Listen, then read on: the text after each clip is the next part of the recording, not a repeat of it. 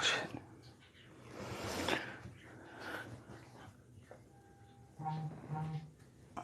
Okay. No. Oh no. Okay. Nope. That doesn't. Hi, I'm alive. Sorry.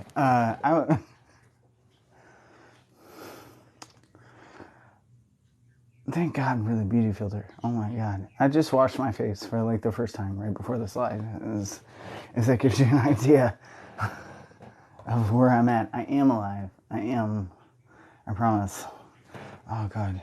No, doesn't erase everything. Beauty filter's good, but not that good. Sorry, I have man acne right now. Testosterone breaking out.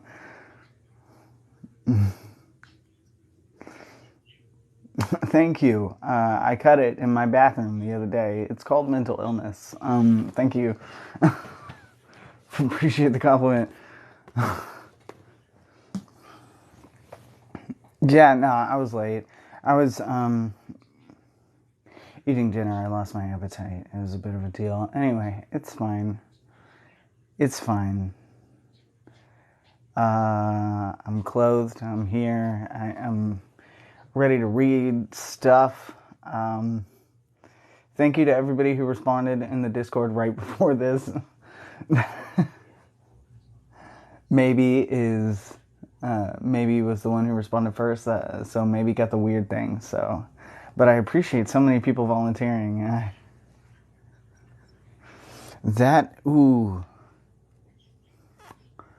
I did not. No, you don't. You think you do, but you don't. You think you do, but you don't. Even Dave said, he was like, you should bring this up on the live. And I was like, no. The internet will turn on anybody trying to have a serious discourse about anything. I don't think we can have that discussion. I'm not even sure if TikTok will let us. They'll think one of the words means something else from the way that it was phrased to me, which I cannot repeat verbatim. I tried, and then I was like, never mind. You repeat it. I'm not even sure if I could tell you. Don't even worry about what you missed. You missed nothing. That's what you missed. It's fine. It's fine. I have to fill this up for... I will tell it to anybody who's in Discord afterward. I don't want to try and risk it on live.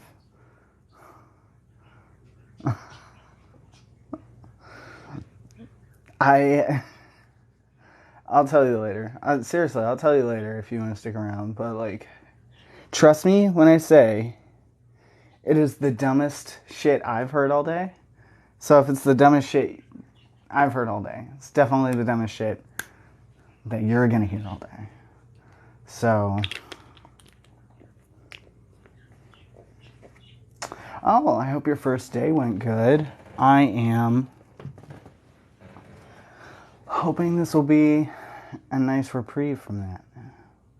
I have water over here. I may have just washed my face for the first time today, but I do have water over here, and I've been drinking it. I did try and eat. I ate an amount of food, so check that off the list. Good. Because that can be hard, man. A hard job. I swear, trust me, if you don't hear it in the Discord later, you'll hear it from someone in the Discord at some point. It'll come up. But we don't have to go over all of this now. Besides, it was like a really in-depth conversation I'd have to go over. It would take way too long to get into what this shit show was. And I am not doing that now. Not unless we get more time, anyway. Depends on how long these chapters are. I just dripped e-liquid all over my hand. This is not going the way I anticipated. Ah, it's greasy. This bottle is leaking. Where did I put that bottle?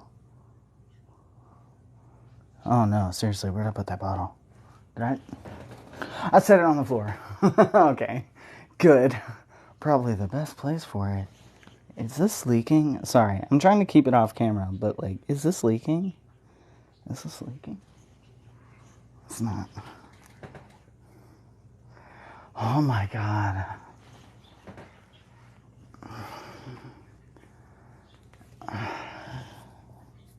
We don't have to talk about the Reese's egg theory. This isn't what I wanted to get into today. I have to re-dye my roots. Oh shit, that's terrible.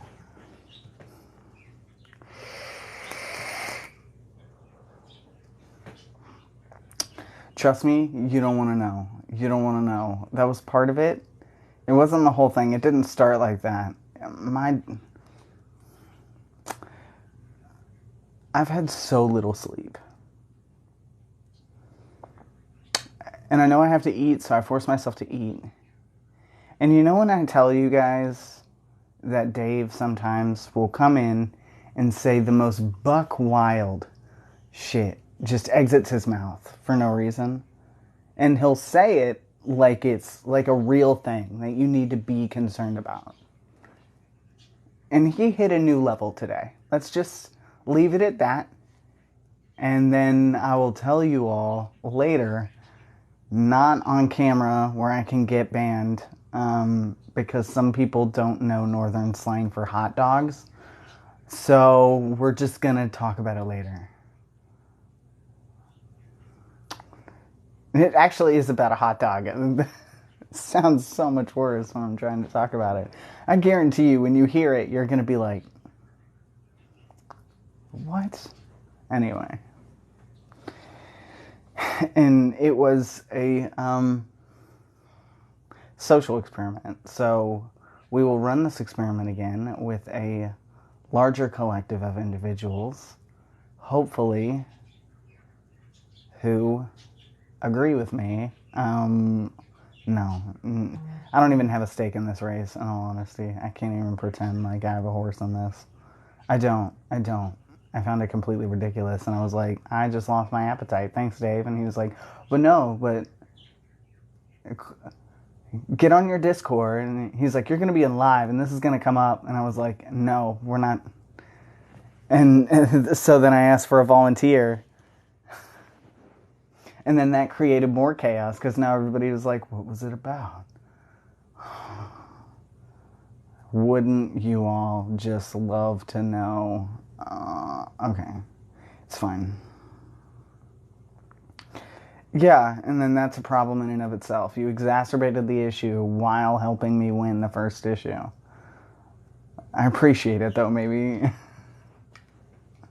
Good looking out.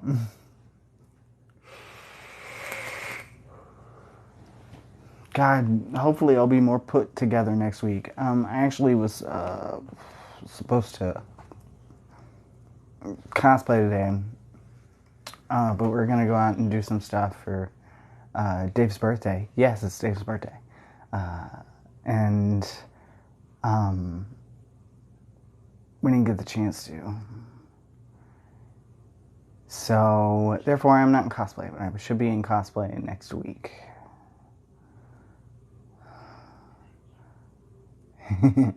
I'll tell him you said that. I'll tell him you told him happy birthday. Anyway, but I didn't want to miss the live anyway, so I knew I was not gonna miss the live. But we're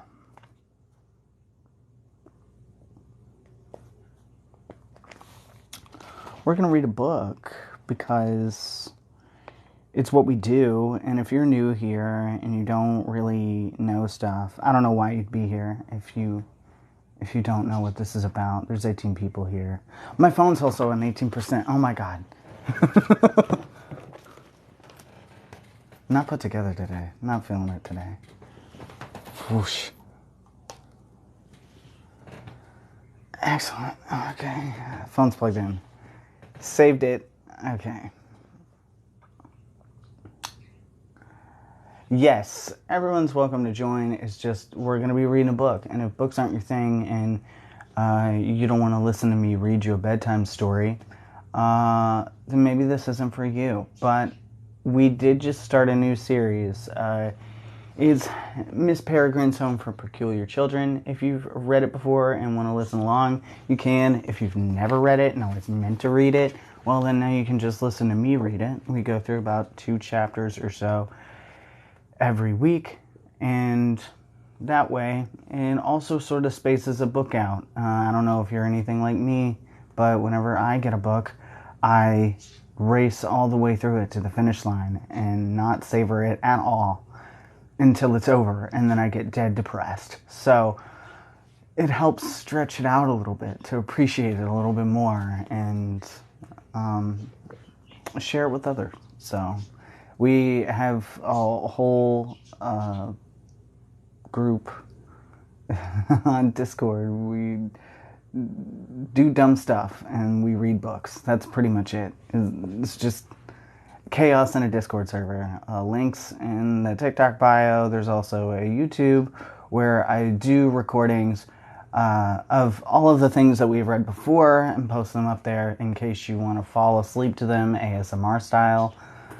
And I got new equipment, so we're a little bit backed up right now because I got new equipment but no mic stand that will fit this mic. And I'm waiting for it to come in so that I can continue my recording. So we're gonna catch up in this new equipment, guys. This new equipment. Magical. This is gonna change my life. Sick of doing everything the hard way. I could have just had it anyway. It doesn't even matter. But I can't hold it and try and read a book at the same time. It's really hard. So once the mic stand comes in, expect more content.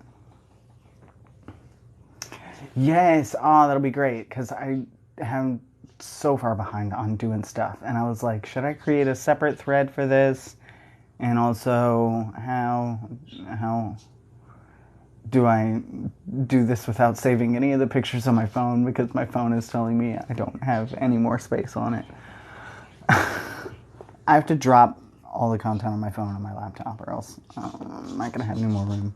So, but we're going to read a book club, and we just started Miss Peregrine's last week, so we're only 2 chapters in. So if you're new and you want to follow along, you can feel free to join our little group. There's only a few rules, and pretty much all of them equate to don't be a dick. So we're a pretty laid back group, in all honesty. So if you want to stay, sounds good. I'm trying to figure out how long it is until the if I'm gonna have to rap. I'm pretty sure I do. I'm pretty sure I have to do a dumb rap in this one, and I forget where it's at. I just want to mentally prepare for this.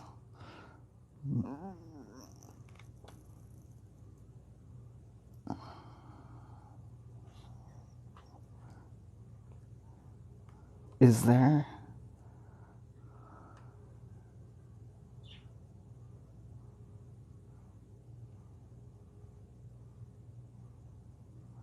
Yep, I do. I knew it.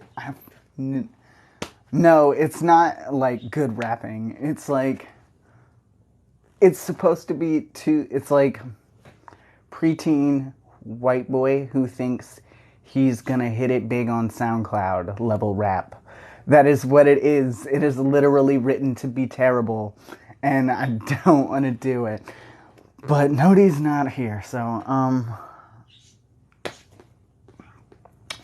gonna have a fun time. Everybody strap in. I'm totally mentally geared up for this. Oh yes, I love that garbage. I don't know about better or worse, but it's gonna make it something. You know what? I'm gonna crack open this monster now. Hold on. I gotta... Jesus.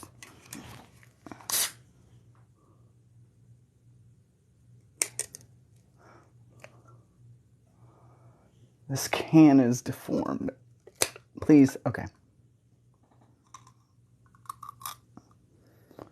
Okay, sorry, this can's all janked up and I thought it wasn't going to pop right for a second.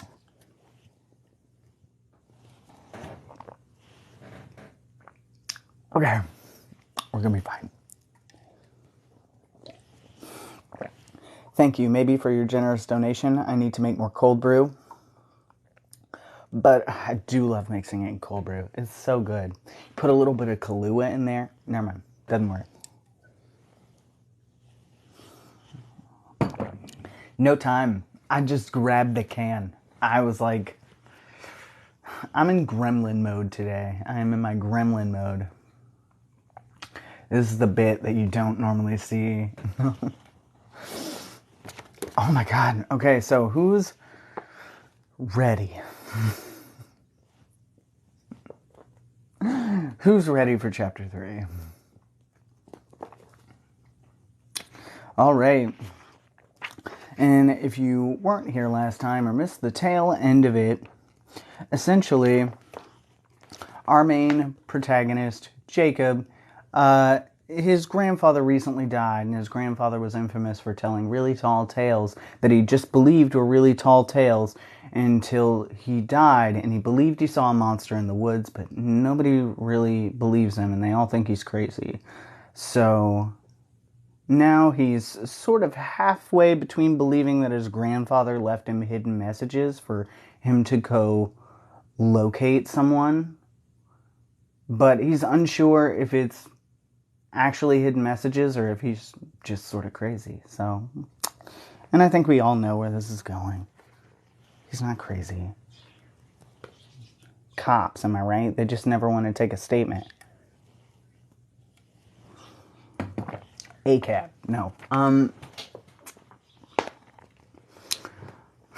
Chapter 3. Fog closed around us like a blindfold. When the captain announced that we were nearly there, at first I thought he was kidding. All I could see from the ferry's rolling deck was an endless curtain of gray. I clutched the rail and stared into the green waves, contemplating the fish who might soon be enjoying my breakfast, while my father stood shivering beside me in shirt sleeves. It was colder and wetter than I'd ever known June could be. I hoped, for his sake and mine, that the grueling 36 hours we'd braved to get this far, 3 airplanes, 2 layovers, shift napping and grubby train stations, and now this interminable gut-churning ferry ride would pay off. Then my father shouted, "Look!" and raised my head to see a towering mountain of rock emerge from the blank canvas before us. It was my grandfather's island, looming and bleak, folded in mist, guarded by a million screeching birds. It looked like some ancient fortress constructed by giants. As I gazed up at its sheer cliff tops, disappearing in a reef of ghostly clouds, the idea that this was a magical place didn't seem so ridiculous. My nausea seemed to vanish. Dad ran around like a kid on Christmas, his eyes glued to the birds wheeling above us. "Jacob, look at that!" he cried, pointing at a cluster of airborne specks. "Manx shearwaters!" As we drew near the cliffs, I began to notice odd shapes lurking underwater. A passing crewman caught me leaning over the rail to stare at them and said, "Never seen a shipwreck before, eh?" I turned to him. "Really?" "This whole area is a nautical graveyard. It's like the old captains used to say, 'Twixt Hartland Point and Cairnholm Bay is a sailor's grave by night or day." Just then we passed a wreck that was so near the surface, the outline of its green carcass so clear that it looked like it was about to rise out of the water like a zombie from a shallow grave. "See that one?" he said, pointing at it. "Sunk by a U-boat, she was." "There were U-boats around here?" "Loads. Whole Irish Sea was rotten with German subs. Wager you'd have half a navy on your hands if you could unsink all the ships they torpedoed." He arched one eyebrow dramatically, then walked off laughing. I jogged along the deck to the stern, tracking the shipwreck as it disappeared beneath our wake. Then, just as I was starting to wonder if we'd need climbing gear to get onto the island, its steep cliffs sloped down to meet us. We rounded a headland to enter a rocky half-moon bay. In the distance, I saw a little harbor, bobbing with colorful fishing boats, and beyond it, a town set into a green bowl of land. A patchwork of sheep-speckled fields spread across hills that rose away to meet a high ridge, where a wall of clouds stood like a cotton parapet. It was dramatic and beautiful, unlike any place I'd seen. I felt a little thrill of adventure as we chugged into the bay, as if I was sighting land where perhaps maps had noted only a sweep of undistinguished blue. The ferry docked and we humped our bags into the little town. Upon closer inspection, I decided it was, like a lot of things, not as pretty up close as it seemed from a distance.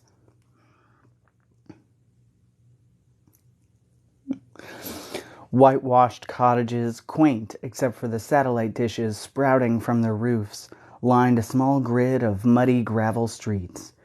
Because Cairnholm was too distant and too inconsequential to justify the cost of running power lines from the mainland, foul-smelling diesel generators buzzed on every corner like angry wasps, harmonizing with the growl of tractors, the island's only vehicular traffic.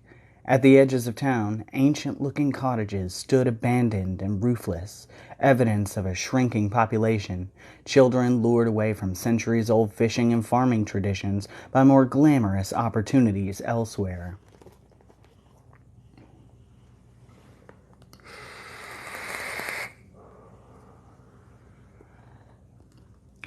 We dragged our stuff through town looking for something called the Priest Home, where my dad had booked a room. I pictured an old church converted into a bed and breakfast. Nothing fancy, just somewhere to sleep where we weren't watching birds or chasing down leads. We asked a few locals for directions, but got only confused looks in return. "They speak English, right?" my dad wondered aloud. Just as my hand was beginning to ache from the weight of my suitcase, we came upon a church. We thought we'd found our accommodations until we went inside and saw that it had indeed been converted, but into a dingy little museum, not a B&B. We found the part-time curator in a room hung with old fishing nets and sheep shears. His face lit up when he saw us, then fell when he realized we were only lost. "I reckon you're after the priest hole," he said. "It's got the only rooms to let on the island." He proceeded to give us directions in a lilting accent, which I found enormously entertaining. I loved hearing Welsh people talk, even if half of what they said was incomprehensible to me, and that's why I don't do accents. My dad thanked the man and turned to go, but he'd been so helpful, I hung back to ask him another question. "Where can we find the old children's home?" "The old what?" he said, squinting at me. For an awful moment, I was afraid he'd come to the wrong island, or worse yet, that the home was just another thing my grandfather had invented. "It was a home for refugee kids," I said. "During the war. A big house." The man chewed his lip and regarded me doubtfully, as if deciding whether to help or to wash his hands of the whole thing, but he took pity on me. "I don't know about any refugees," he said, "but I think I know the place you mean. It's way up the other side of the island, past the bog and through the woods, though I wouldn't go mucking about up there alone if I was you. Stray too far from the path, and that's the last anyone will hear of you. Nothing but wet grass and sheep patties to keep you from going straight over a cliff." "That's good to know," my dad said, eyeing me. "Promise me you won't go by yourself." All right. "What's your interest in it, anyhow?" the man said. "It's not exactly on the tourist maps." "Just a little genealogy project," my father replied, lingering near the door. My dad spent a few years there as a kid. I could tell he was eager to avoid any mention of psychiatrists or dead grandfathers.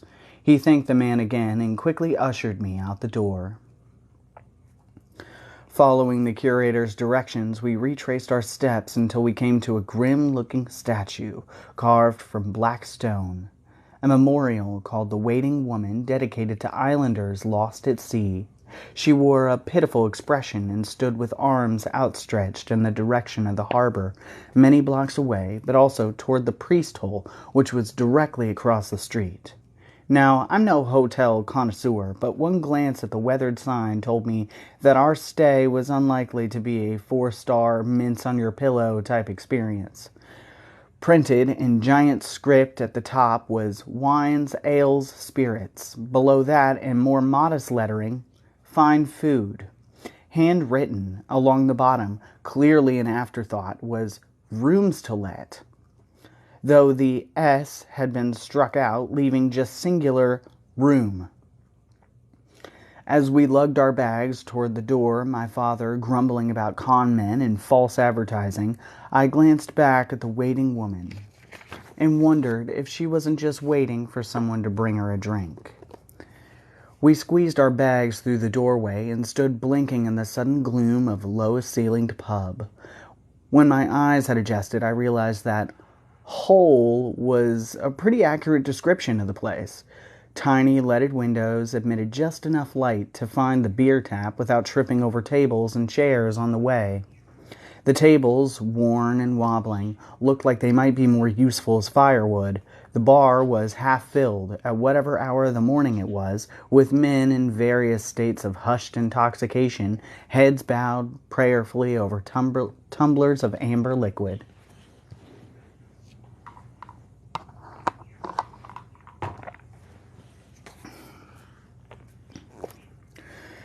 "You must be after the room," said the man behind the bar, coming out to shake our hands. "I'm Kev, and these are the fellas. Say hello, fellas." "Hello," they muttered, nodding at their drinks. We followed Kev up a narrow staircase to a suite of rooms, plural, that could charitably be described as basic.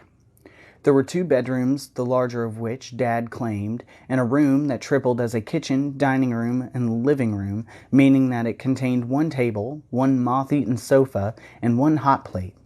The bathroom worked most of the time, according to Kev, but if it ever gets dicey, there's always old Reliable. He directed our attention to a portable toilet in the alley out back, conveniently visible from my bedroom window. "Oh, and you'll need these," he said, fetching a pair of oil lamps from a cabinet. "The generator stopped running at 10 since petrol's so bloody expensive to ship out, so either you get to bed early or you learn to love candles and kerosene." He grinned. "Hope it ain't too medieval for you." We assured Kev that outhouses and kerosene would be just fine. Sounded like fun, in fact. A little adventure, yes sir. And then he led us downstairs for the final leg of our tour. "You're welcome to take your meals here," he said, "and I expect you will on account of there's nowhere else to eat. If you need to make a call, we got a phone box in the corner there. Sometimes there's a bit of a queue for it though, since we get doodly for mobile reception out here, and you're looking at the only landline on the island. That's right, we got it all. Only food, only bed, only phone." And he leaned back and laughed, long and loud.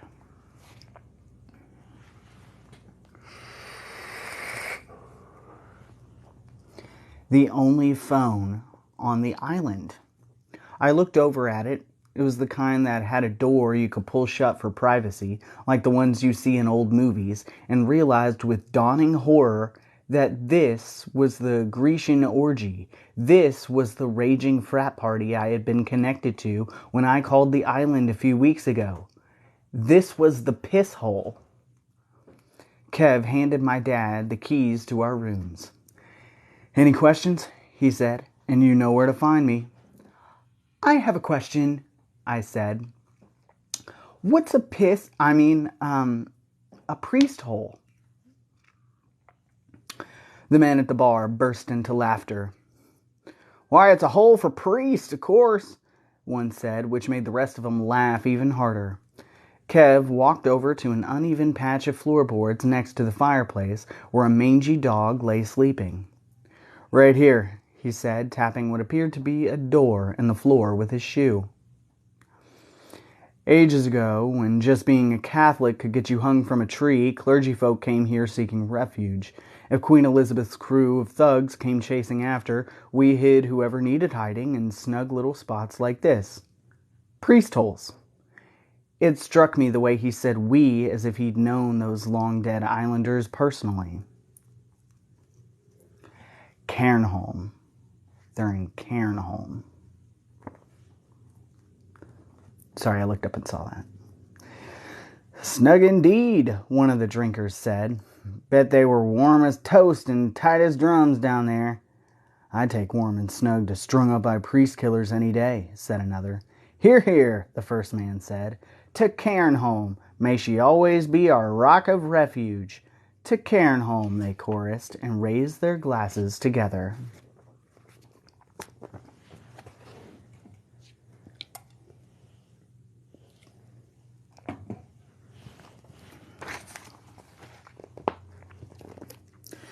Jet-lagged and exhausted, we went to sleep early, or rather, we went to our beds and lay in them with pillows covering our heads to block out the thumping cacophony that issued through the floorboards, which grew so loud that at one point I thought surely the revelers had invaded my room. Then the clock must have struck 10 because all at once the buzzing generators outside sputtered and died, as did the music from downstairs and the street light that had been shining through my window. Suddenly, I was cocooned in silent, blissful darkness, with only the whisper of distant waves to remind me where I was. For the first time in months, I fell into a deep, nightmare-free slumber. I dreamed instead about my grandfather as a boy, about his first night here, a stranger in a strange land, under a strange roof, owing his life to people who spoke a strange tongue. When I woke, sun streaming through my window, I realized it wasn't just my grandfather's life that Miss Peregrine had saved, but mine too, and my father's. Today, with any luck, I would finally get to thank her. I went downstairs to find my dad already bellied up to a table, slurping coffee and polishing his fancy binoculars. Just as I sat down, Kev appeared bearing 2 plates loaded with mystery meat and fried toast. I didn't know you could fry toast, I remarked, to which Kev replied that there wasn't a food he wasn't aware that couldn't be improved by frying. Over breakfast, Dad and I discussed our plan for the day. It was to be a kind of scout, to familiarize ourselves with the land. We'd scope out any of my dad's bird-watching spots first, and then find the children's home. I scarfed my food, anxious to get started. Well fortified with grease, we left the pub and walked through town, dodging tractors and shouting to each other over the din of generators until the streets gave way to fields and the noise faded behind us. It was a crisp and blustery day, the sun hiding behind giant cloud banks, only to burst out moments later and dapple the hills with spectacular rays of light, and I felt energized and hopeful. We were heading for a rocky beach where my dad had spotted a bunch of birds from the ferry. I wasn't sure how we would reach it, though. The island was slightly bowl-shaped, with hills that climbed towards its edges, only to drop off at precarious seaside cliffs. But at this particular spot, the edge had been rounded off, and a path led down to a minor split of sand along the water.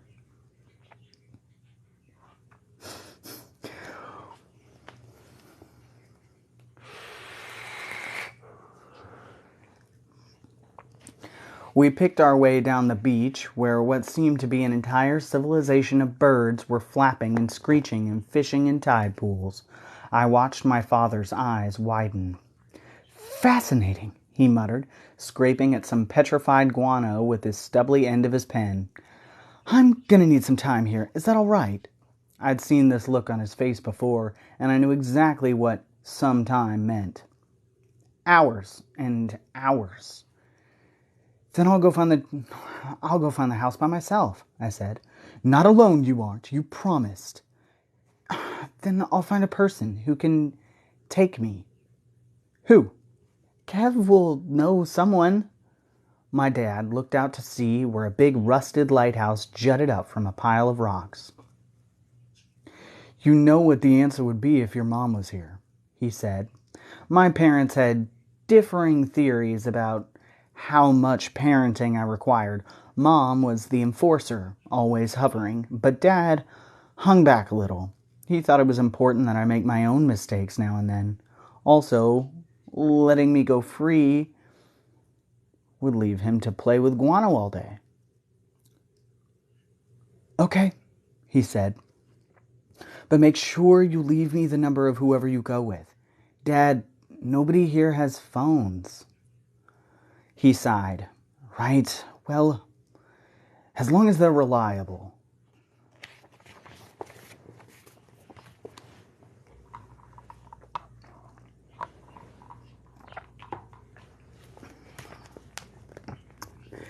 Kev was out running an errand, and because asking one of his drunken regulars to chaperone me seemed like a bad idea, I went into the nearest shop to ask someone who was at least gainfully employed. The door read fishmonger. I pushed it open to find myself cowering before a bearded giant in a blood-soaked apron. He left off decapitating fish to glare at me, driving cleaver in hand, and I vowed never again to discriminate against the intoxicated. "What the hell for?" he growled when I told him where I wanted to go. "Nothing over there but bogland and balmy weather." I explained about my grandfather and the children's home. He frowned at me, then leaned over the counter to cast a doubtful glance at my shoes. "I suppose Dylan ain't too busy to take you," he said, pointing his cleaver at a kid about my age who was arranging fish in a freezer case. "But you'll be wanting proper footwear. Wouldn't do to let you go in them trainers. Mud'll suck 'em right off." "Really?" I said. "Are you sure?" "Dylan, fetch our man here a pair of Wellingtons." The kid groaned and made a big show of slowly closing the freezer case and cleaning his hands before slouching over to a wall of shelves packed with dry goods. "Just so happens we've got some good sturdy boots on offer," the fishmonger said. "Buy one, get none free." He burst out laughing and slammed his cleaver on a salmon, its head shooting across the blood-slicked counter to land perfectly in a little guillotine bucket. I fished the emergency money Dad had given me from my pocket, figuring that a little extortion was a small price to pay to find the woman I'd crossed the Atlantic to meet.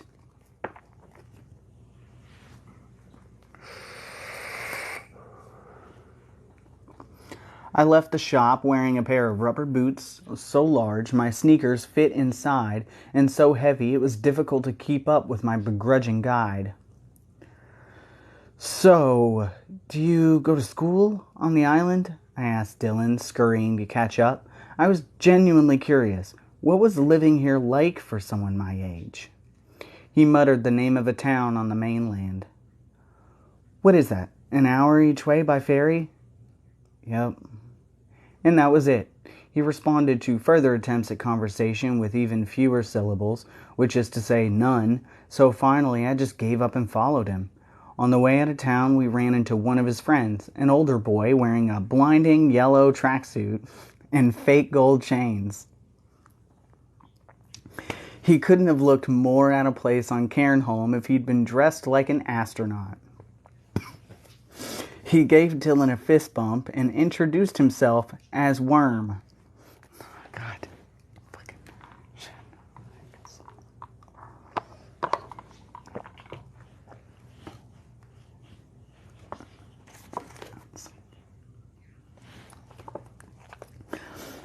Worm? It's his stage name, Dylan explained.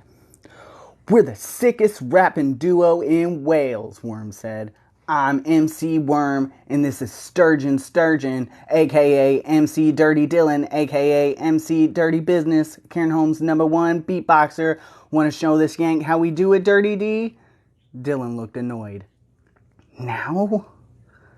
Drop some next level beats, son." Dylan rolled his eyes, but did as he was asked. At first, I thought he was just choking on his tongue, except there was a rhythm to the sputtering coughs.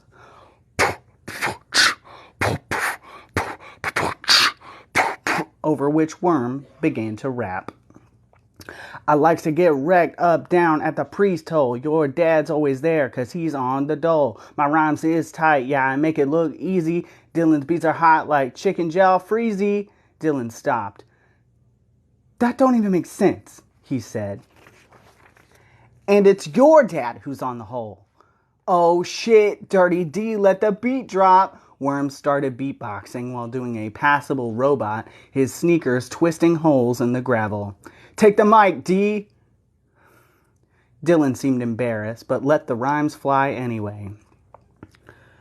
I met a tight bird and her name was Sharon. She was keen on my tracksuit and the trainers I was wearing. I showed her the time like Doctor Who. I thunk up this rhyme while I was in the loo. Worm shook his head. The loo? I wasn't ready. They turned to me and asked what I thought. Considering that they didn't even look like each other's rapping, I wasn't sure what to say. I guess I'm more into music with like singing and guitars and stuff. Worm dismissed me with a wave of his hand. He wouldn't know a dope rhyme if it bit him in the bollocks, he muttered. Dylan laughed and they exchanged a series of complex, multi-stage, handshake, fist bump high fives. Can we go now? I asked. They grumbled and dawdled a while longer, but pretty soon we were on our way. This time with Worm tagging along. I took up the rear, trying to figure out what I would say to Miss Peregrine when I met her. I was expecting to be introduced to a proper Welsh lady and sip tea in the parlor and make polite small talk until the time seemed right to break the bad news. I'm Abraham Portman's grandson, I would say. I'm sorry to be the one to tell you this, but he's been taken from us. Then, once she'd finished quietly dabbing away tears, I would ply her with questions. I followed Dylan and Worm along a path that wound through pastures of grazing sheep before a lung-busting ascent up a ridge. At the top hovered an embankment of rolling, snaking fog, so dense it was like stepping into another world. It was truly biblical, a fog I could imagine God in one of his lesser wraths cursing the Egyptians with. As we descended the other side, it only seemed to thicken. The sun faded to a pale white bloom. Moisture clung to everything, beating on my skin and dampening my clothes. The temperature dropped. I lost Worm and Dylan for a moment, and then the path flattened, and I came upon them just standing, waiting for me.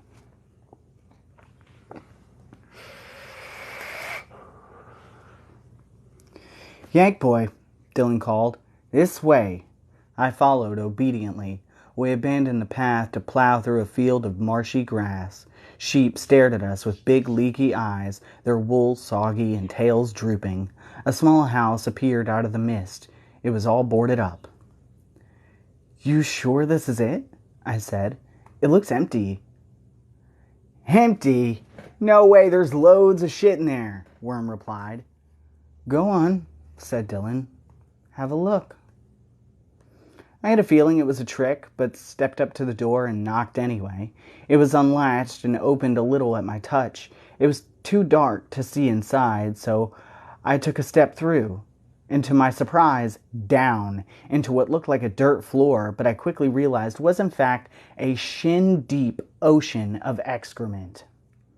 This tenantless hovel, so innocent-looking from the outside, was really a makeshift sheep stable. Quite literally a shithole. Oh my God, I squealed in disgust. Peals of laughter exploded from outside. I stumbled backward through the door before the smell could knock me unconscious and found the boys doubled over holding their stomachs. You guys are assholes, I said, stomping the muck off my boots. Why? Said Worm. We told you it was full of shit. I got in Dylan's face. Are you going to show me the house or not? He's serious, said Worm, wiping tears from his eyes. Of course I'm serious. Dylan's smile faded.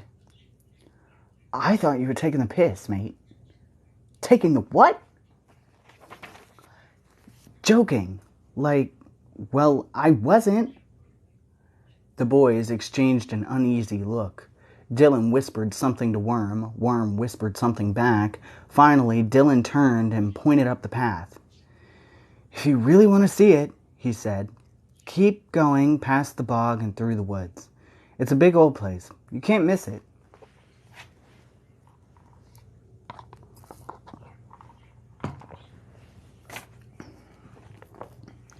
"What the hell? You're supposed to go with me." Worm looked away and said, "This is as far as we go." "Why?" "It just is." And they turned and began to trudge back the way we'd come, receding into the fog. I weighed my options.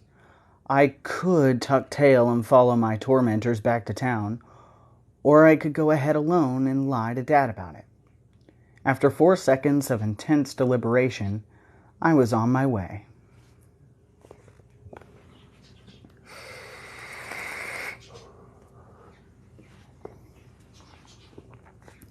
A vast lunar bog stretched way into the mist from either side of the path, just brown grass and tea-colored water as far as I could see, featureless but for the occasional mound of piled-up stones.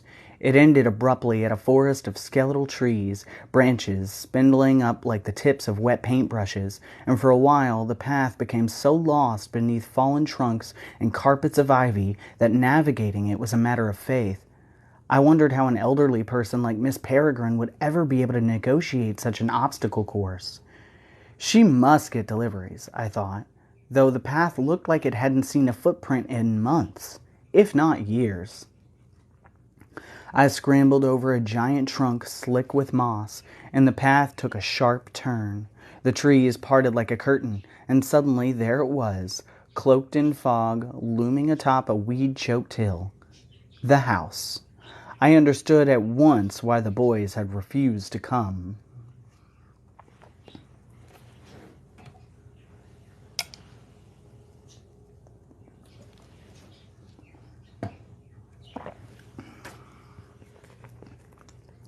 My grandfather had described it 100 times, but in his stories, the house was always a bright, happy place.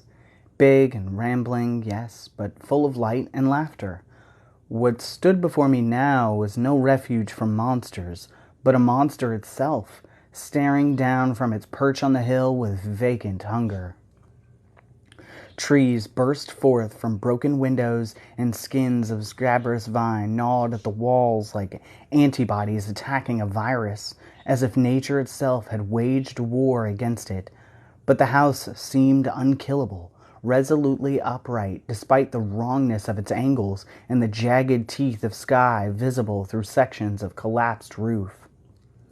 I tried to convince myself that it was possible someone could still live there, run down as it was. Such things weren't unheard of where I came from. A falling down wreck on the edge of town, curtains permanently drawn, that would turn out to have been home to some ancient recluse who'd been surviving on ramen and toenail clippings since time immemorial, though no one realizes it until a property appraiser or an overly ambitious census taker barges in to find the poor soul returning to dust in a lazy boy. People get too old to care for a place. Their family writes them off for one reason or another. It's sad, but it happens. Which meant, like it or not, that I was going to have to knock. I gathered what scrawny courage I had and waded through waist-high weeds to the porch, all broken tile and rotting wood, to peek through a cracked window.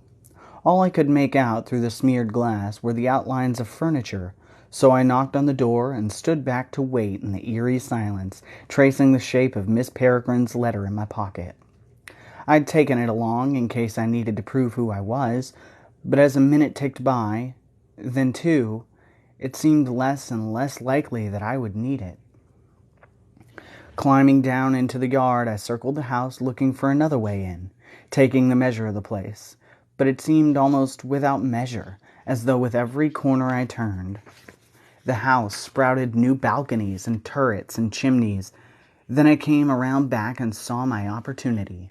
A doorless doorway, bearded with vines, gaping and black. An open mouth waiting to swallow me. Just looking at it made my skin crawl. But I hadn't come halfway around the world just to run away screaming at the sight of a scary house. I thought of all the horrors Grandpa Portman had faced in his life and felt my resolve harden. If there was anyone to find inside, I would find them. I mounted the crumbling steps and crossed the threshold.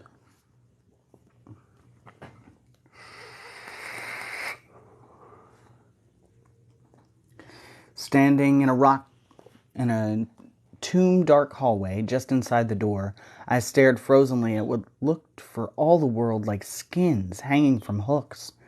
After a queasy moment in which I imagined some twisted cannibal leaping from the shadows with knife in hand, I realized they were only coats, rotted to rags and green with age. I shuddered involuntarily and took a deep breath. I'd only explored 10 feet of the house and was already about to foul my underwear. Keep it together, I told myself, and then slowly moved forward, heart hammering in my chest. Each room was a disaster, more incredible than the last. Newspapers gathered in drifts, scattered toys, evidence of children long gone, lay skinned in dust. Creeping mold had turned window-adjacent walls black and furry. Fireplaces were throttled with vines that had descended from the roof and begun to spread across the floors like alien tentacles. The kitchen was a science experiment gone terribly wrong. Entire shelves of jarred food had exploded from 60 seasons of freezing and thawing, splattering the wall with evil-looking stains. And fallen plaster lay so thickly over the dining room floor that for a moment I thought it had snowed indoors. At the end of a light-starved corridor, I tested my weight on a rickety staircase, my boots leaving fresh tracks and layers of dust. The steps groaned as if woken from a long sleep. If anyone was upstairs, they'd been there a very long time.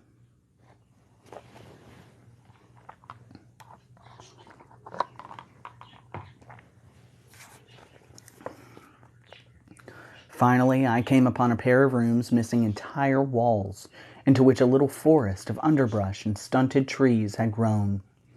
I stood in the sudden breeze wondering what could possibly have done that kind of damage and began to get the feeling that something terrible had happened here.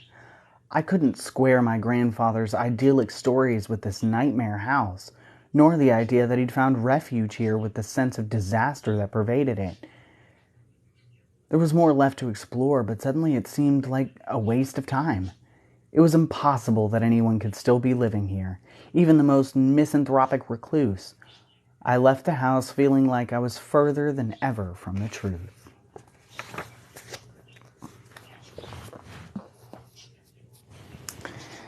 That's the end from chapter 3. We're going to take a little break. I just brushed them out. Oh. I hope that wasn't super loud. Me just accidentally poking the mic.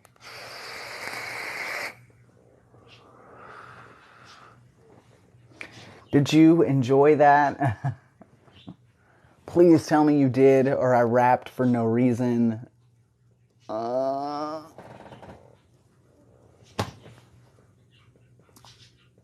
So tired. I'm so tired.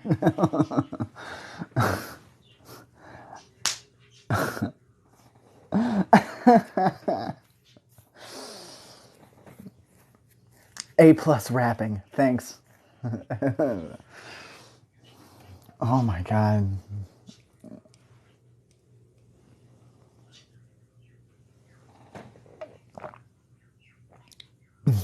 I know. You read it. I didn't think twice about that when I first started the series. I blasted through it. And then there's just things that you don't really think about until you go to record them. And then when I was like, yeah, no, Peregrine seems good because I'm halfway through the 3rd book and I forgot all about it. And then when we started the 1st book, I was like, oh, there's that rap. Oh. That's going to be recorded. That's going to...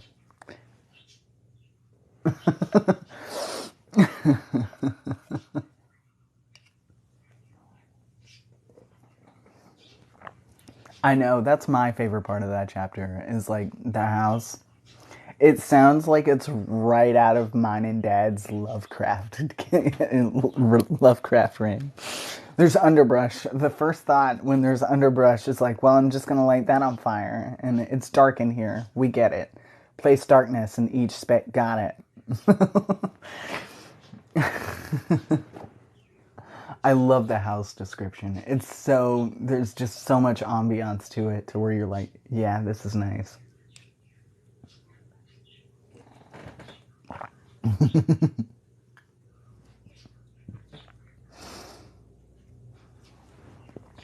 Yeah. I was just like, oh no, I do have to rap. I forgot all about that until right now. I was literally like, right before this, I was like, I gotta rap. Oh no. Oh no, I need to mentally prepare for this.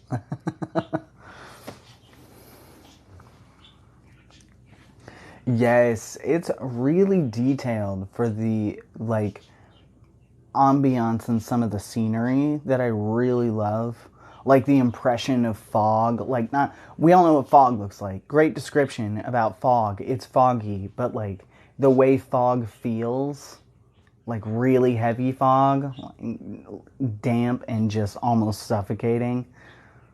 Like when you're in a really heavy fog and you inhale and you're like, so good at describing that. It's very nice and I love it. It really adds to the ambiance. And like the house itself, so nice. Yeah, not too much. Not like Tolkien describing trees for 5 pages or anything. I love Tolkien. I don't know why I use Tolkien as an example, but you know what I mean. It's not Lovecraft describing mountain altitudes for whole pages. It's got depth to it, and it's just enough. It's like a good couple paragraphs of, and this is what this.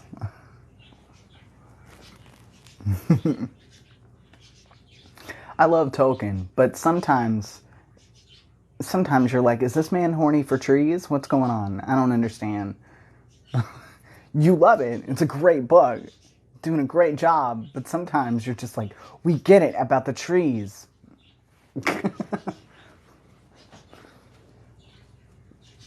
Exactly.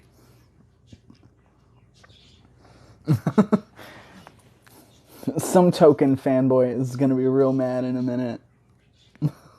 Someone's gonna at me and be like, actually, you just don't know good literature. The thing is about Tolkien is that, no.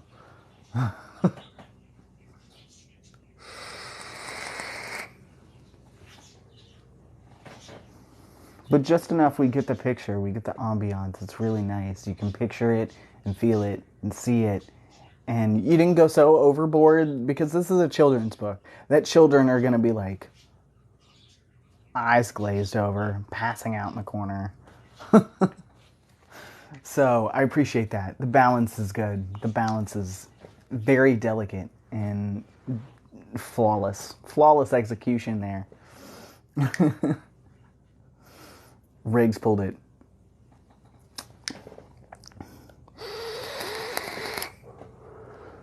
Who texted me? Is that a text message? Who is texting me? It is 2023. Like, oh, that's work. Ignoring that. Okay. I was like, who texted me? Snapchat me. This is 2023. What are you doing? Don't. The only person who texts me is the CVS to tell me that my prescription is ready. I don't know anybody else that texts. Except for my mom. I don't know. Everybody else just adds me on like adds me on any other platform. Who sends text? Texts are gonna be the next thing to go.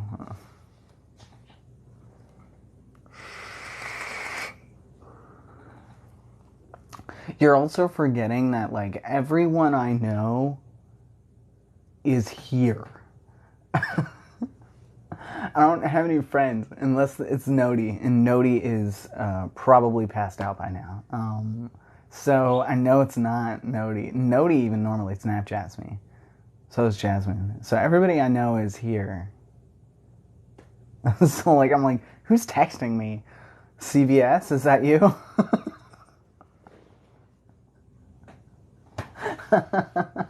Who else do I know? Nobody's... Nody hasn't been feeling their best. They got like strep and like a cold on top of the strep, and they also have allergies.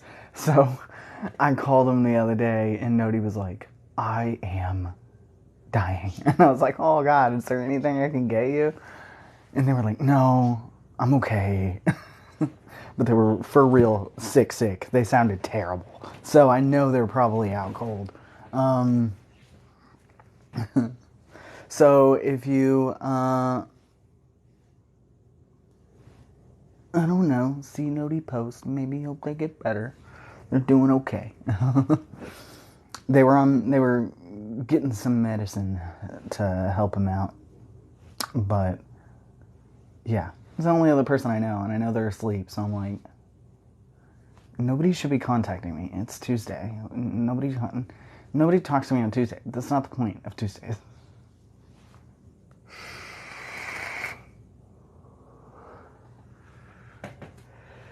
The only thing I don't like about Snapchat is like, it's also like distance based. So sometimes you just get recommendeds from people who are near you. And it'll show up like in like a thing. If you have texted a number even once, it'll come up as like a contact, even if you don't have that number saved as anything. So, at least on my phone it does. I'm not sure if it does that for everybody. I don't know if I can turn that off, and I'm just not smart enough to be able to figure it out. But I'll get recommended that's like people from deliveries. And it'll just pop up as a number, and I'll look up the number, and I'm like, that was a person I delivered pizza to. Why are they coming up on my Snapchat? And it gets really confusing. So I'm like, why does it? And then I figured out it was doing that because constantly I was like, what is Snapchat on? Why is it recommending me so many people? I don't know any people. Don't recommend me friend people. Don't talk to me. And then I realized it was doing that with like straight up just customers. And I was like, I don't know you. Super weird. That's the only thing I don't like about Snapchat.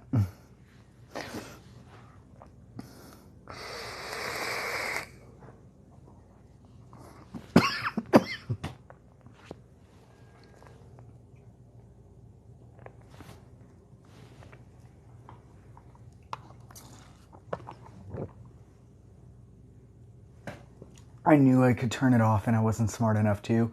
I'm going to figure it out after this. I'm going to figure it out now that I know I can turn that off.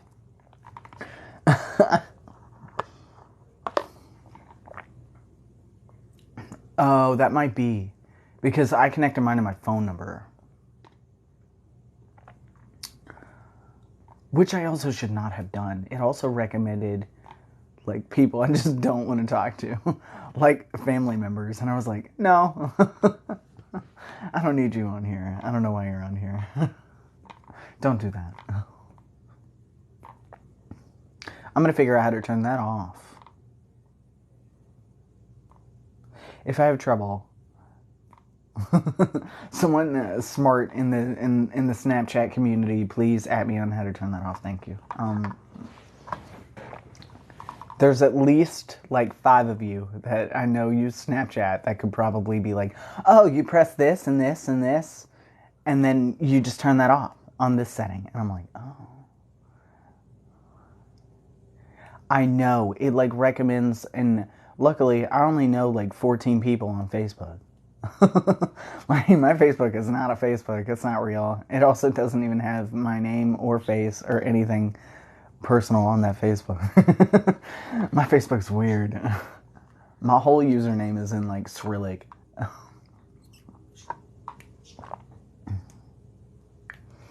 No, Aspen. You can't drop the ball like that. It's fine. I'll figure it out. I'm gonna figure it out. I can do it.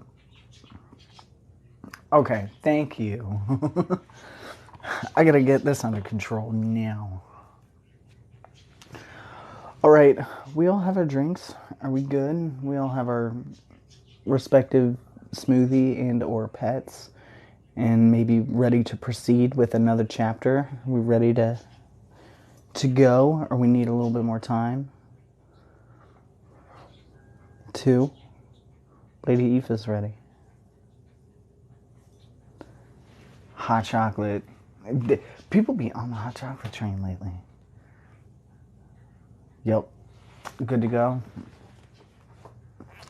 Excellent. Everybody got their tea, their crochet, get settled in. Aw.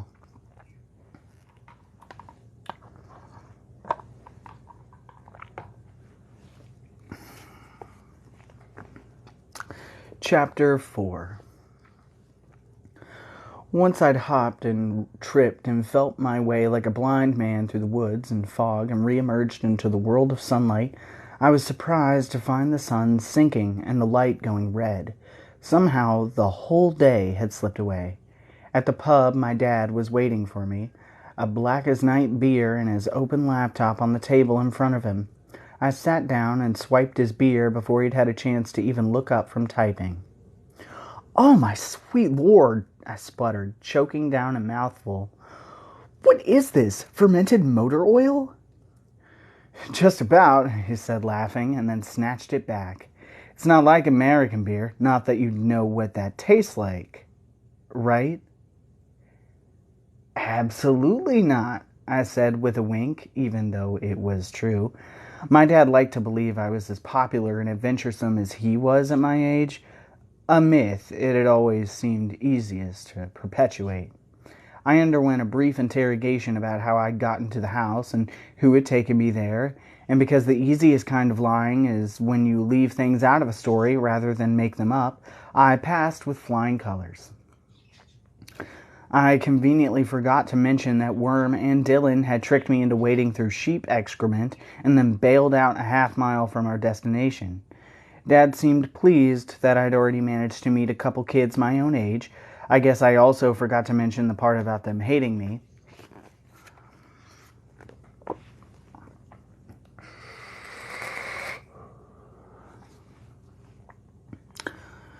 "So, how was the house?" "Trashed." He winced. "Guess it's been a long time since your grandpa lived there, huh?" "Yeah, or anyone." He closed the laptop, a sure sign I was about to receive his full attention. "I can see you're disappointed." "Well, I didn't come thousands of miles looking for a house full of creepy garbage." "So, what are you going to do?" "Find people to talk to. Someone will know what happened to those kids who used to live there. I figure a few of them must still be alive on the mainland, if not around here, in a nursing home or something." "Sure, that's an idea." He didn't sound convinced, though. There was an odd pause, and then he said, "So, do you feel like you're starting to get a better handle on who your grandpa was? Being here?" I thought about it. "I don't know. I guess so. It's just an island, you know?" He nodded. "Exactly. What about you?" "Me?" He shrugged. "I gave up trying to understand my father a long time ago." "That's sad. Weren't you interested?" "Sure I was. Then after a while, I wasn't anymore." I could feel the conversation going in a direction I wasn't entirely comfortable with, but I persisted anyway. "Why not?" "When someone won't let you in, eventually you stop knocking. Know what I mean?" He hardly ever talked like this. Maybe it was the beer, or that we were so far from home, or maybe he decided I was finally old enough to hear this stuff. Whatever the reason, I didn't want him to stop.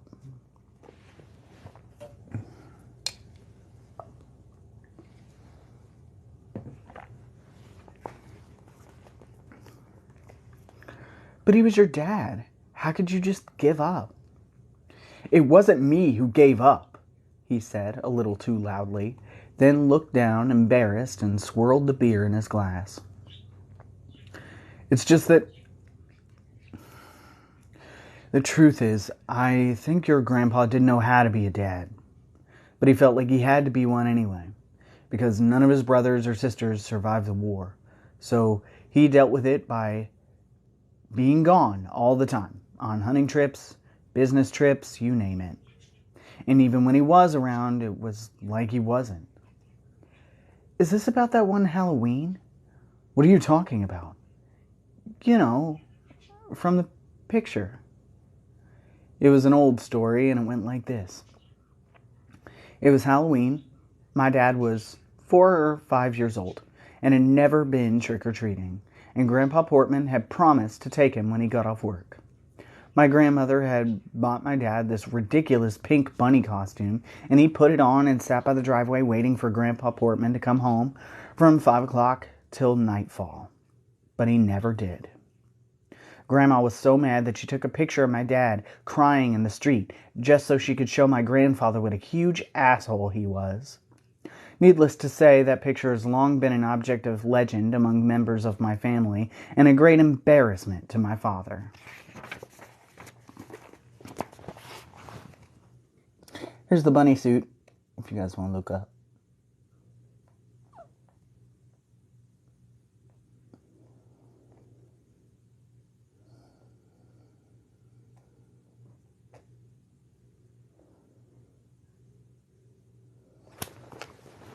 Thank you, Crimson. You can go peruse the pictures at your leisure if you cannot see them.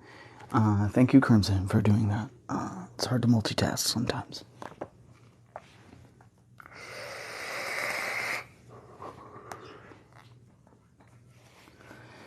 It was a lot more than just one Halloween, he grumbled. Really, Jake, you were closer to him than I ever was. I don't know. There was just something unspoken between the two of you. I didn't know how to respond. Was he jealous of me? Why are you telling me this? Because you're my son, and I don't want you to get hurt. Hurt how? He paused. Outside, the clouds shifted, the last rays of daylight throwing our shadows against the wall. I got a sick feeling in my stomach, like when your parents are about to tell you they're splitting up, but you know it before they even open their mouths. I never dug too deep with your grandpa because I was afraid of what I'd find, he said finally. You mean about the war? No. Your grandpa kept those secrets because they were painful. I understood that. I meant about the traveling, him being gone all the time, what he was really doing. I think your aunt and I both thought that there was another woman. Maybe more than one. I let it hang between us for a moment. My face tingled strangely.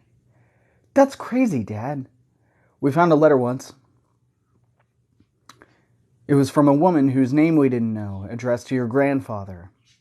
I love you. I miss you. When are you coming back? That kind of thing. seedy, lipstick on the collar type stuff. I'll never forget it. It felt a hot stab of shame, like somehow it was my own crime he was describing, and yet I couldn't quite believe it. We tore up the letter and flushed it down the toilet. Never found another one either. Guess he was more careful after that. I didn't know what to say. I couldn't look at my father. I'm sorry, Jake. This must be hard to hear. I know how much you worshipped him. He reached out to squeeze my shoulder, but I shrugged him off, then scraped back my chair and stood up.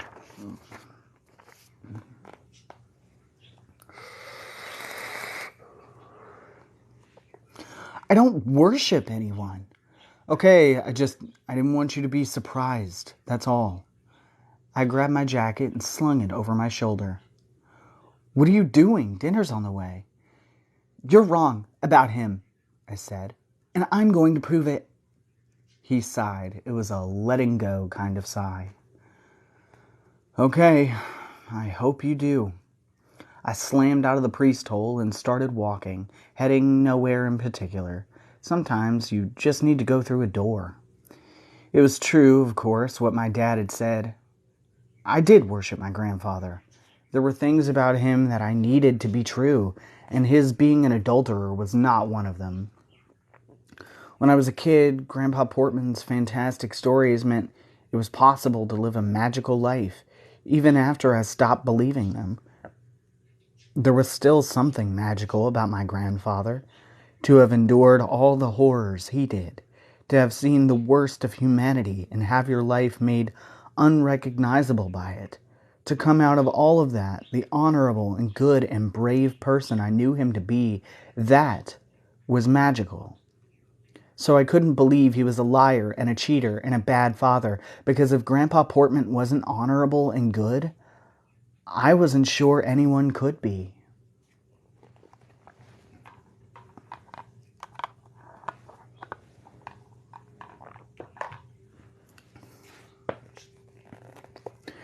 The museum's doors were open and its lights were on, but no one seemed to be inside. I'd gone there to find the curator, hoping he knew a thing or two about the island's history and people, and could shed some light on the empty house and the whereabouts of its former inhabitants. Figuring he'd just stepped out for a minute, the crowds weren't exactly kicking down the door. I wandered into the sanctuary to kill time checking out museum displays. The exhibits, such as they were arranged in big, open-fronted cabinets that lined the walls and stood where pews had once been. For the most part, they were unspeakably boring, all about life in a traditional fishing village and the enduring mysteries of animal husbandry, but one exhibit stood out from the rest. It was in a place of honor at the front of the room, in a fancy case that rested atop what had been the altar. It lived behind a rope.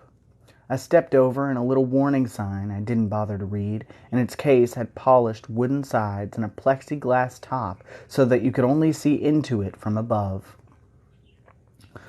When I looked inside, I think I actually gasped and for one panicky second thought, monster, because I had suddenly and unexpectedly come face to face with a blackened corpse. Its shrunken body bore an uncanny resemblance to the creatures that had haunted my dreams, as did the color of its flesh, which was like something that had been spit-roasted over a flame. But when the body failed to come alive and scar my mind forever by breaking the glass and going for my jugular, my initial panic subsided. It was just a museum display, albeit an excessively morbid one.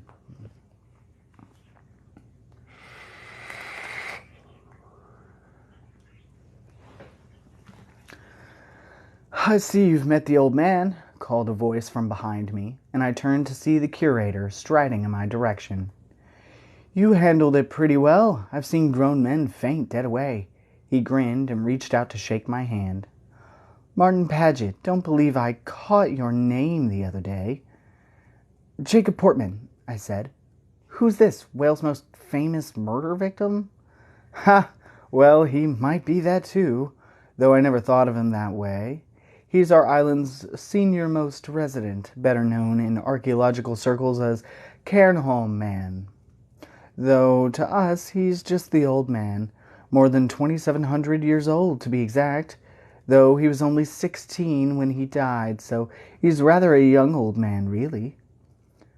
2,700? I said, glancing at the dead boy's face, his delicate features somehow perfectly preserved. "But he looks so..."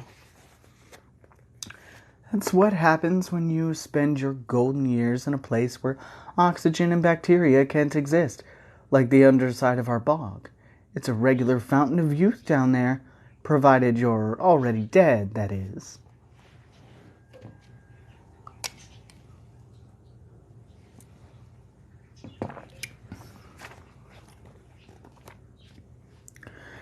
"That's where you found him? The bog?" He laughed. "Not me. Turf cutters did, digging for peat by the big stone cairn out there, back in the 70s. He looked so fresh they thought there might be a killer loose on Cairnholm till the cops had a look at the Stone Age bow in his hand and the noose of human hair around his neck. They don't make 'em like that anymore." I shuddered. "Sounds like a human sacrifice or something." "Exactly. He was done in by a combination of strangulation, drowning, disembowelment, and a blow to the head. Seems rather like overkill, don't you think?" "I guess so." Martin roared with laughter. He guesses so. Okay, yeah, it does. Sure it does. But the really fascinating thing, to us modern folk anyway, is that in all likelihood the boy went to his death willingly, eagerly even. His people believed that bogs, and our bog in particular, were entrances to the world of the gods, and so the perfect place to offer up their most precious gift, themselves. That's insane, I suppose. Though I imagine we're killing ourselves right now in all manner of ways that seem insane to people in the future. And as doors to the next would go, a bog ain't a bad choice. It's not quite water, and it's not quite land. It's an in-between place. He bent over the case, studying the figure inside. Isn't he beautiful? I looked at the body again, throttled and flayed and drowned, and somehow made immortal in the process. I don't think so, I said. Martin straightened, then began to speak in a grandiose tone. Come you and gaze upon the tar man. Blackly he reposes, tender face the color of soot, withered limbs like veins of coal, lumps of driftwood hung with shriveled grapes. He threw his arms out like a hammy stage actor and began to strut around the case. Come you and bear witness to the cruel art of his wounds, purled and meandering lines drawn by knives, brain and bone exposed by stones, the rope still digging at his throat. First fruit slashed and dumped, seeker of heaven, old man arrested in youth. I almost love you. He took a theatrical bow as I applauded. Wow, I said. Did you write that? Guilty, he replied with a sheepish smile. I twiddle about with lines of verse now and then, but it's only a hobby. In any case, thank you for indulging me.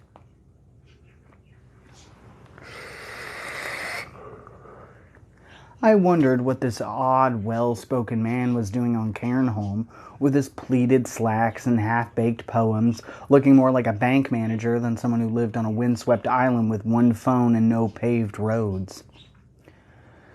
Now, I'd be happy to show you the rest of my collection, he said, escorting me toward the door.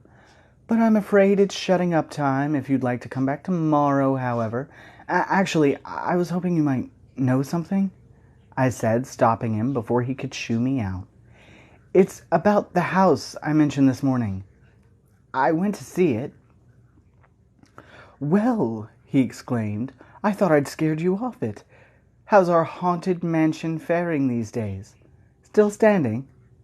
I assured him that it was, then got right to the point. The people that live there, do you have any idea what happened to them? They're dead, he replied. Happened a long time ago. I was surprised, though I probably shouldn't have been. Miss Peregrine was old. Old people die, but that didn't mean my search was over. I'm looking for anyone else who might have lived there, too, not just the headmistress.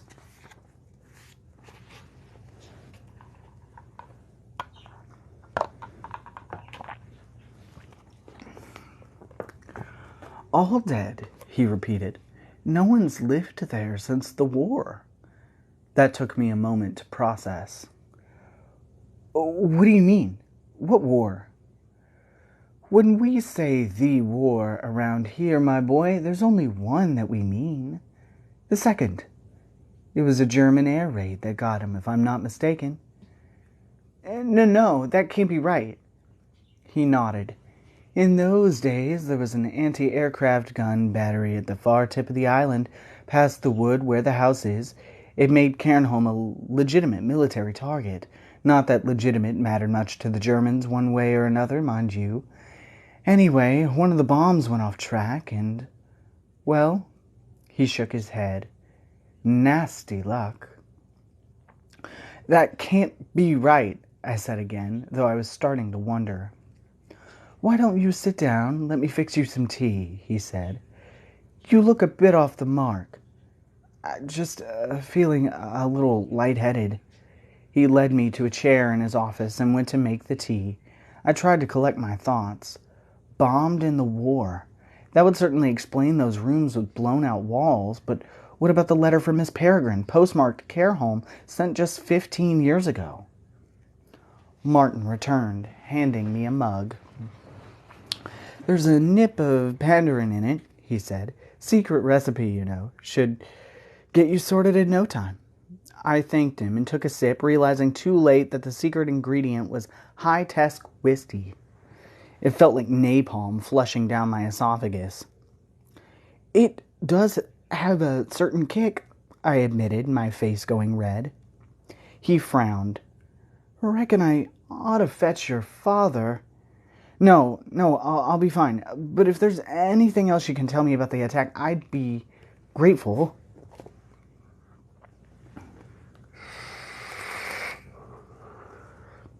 Martin settled into a chair opposite me. About that, I'm curious. You say your grandfather lived here. He never mentioned it.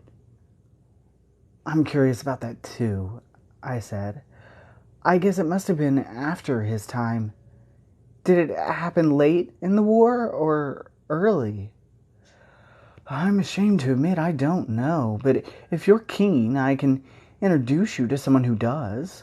My Uncle Augie, he's 83, lived here his whole life, still sharp as a tack. Martin glanced at his watch. If we catch him before Father Ted comes on the telly, I'm sure he'd be more than happy to tell you anything you like.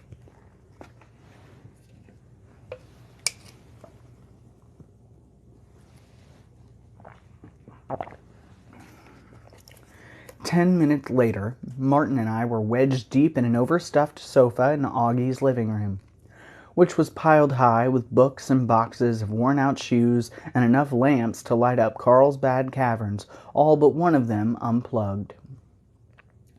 Living on a remote island, I was starting to realize, turned people into pack rats.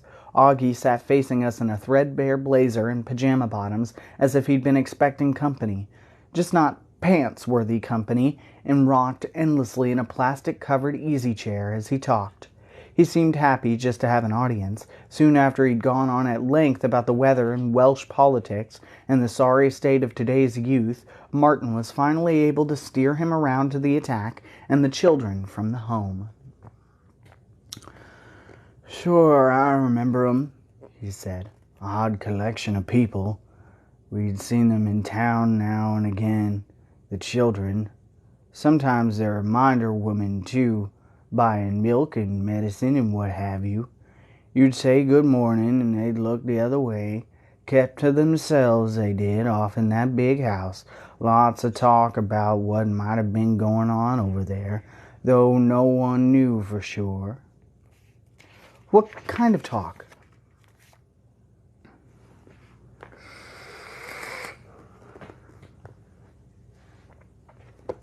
A lot of rot, like I said, no one knew. All I can say is they weren't your regular sort of orphan children. Not like them Barnaldo home kids they got in other places, who you'll see coming to town for parades and things and always have time for a chat. This lot was different. Some of 'em couldn't even speak the king's English, or any English for that matter. Because they weren't really orphans, I said. They were refugees from other countries. Poland, Austria, Czechoslovakia. Is that what they were now? Augie said, cocking an eyebrow at me. Funny I hadn't heard that. He seemed offended, like I'd insulted him by pretending to know more about his island than he did. His chair rocking got faster, more aggressive. If this was the kind of reception my grandpa and the other kids got on Cairnholm, I thought no wonder they kept to themselves. Martin cleared his throat.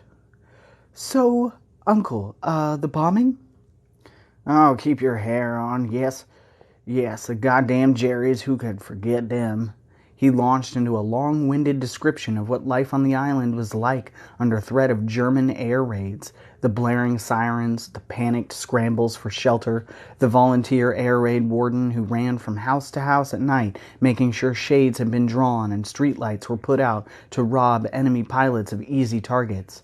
They prepared as best they could, but never really thought they'd get hit, given all the ports and factories on the mainland, all much more important targets than Cairnholm's little gun emplacement. But one night, the bombs began to fall. The noise was dreadful, Augie said. It was like giants stamping across the island, and it seemed to go on for ages. They gave us a hell of a pounding, though no one in town was killed, thank heaven. Can't say the same for our gunner boys, though they gave as good as they got, nor the poor souls at the orphan home. One bomb was all it took. Gave up their lives for Britain, they did, so wherever they was from, God bless 'em for that. Do you remember when it happened? I asked. Early in the war or late?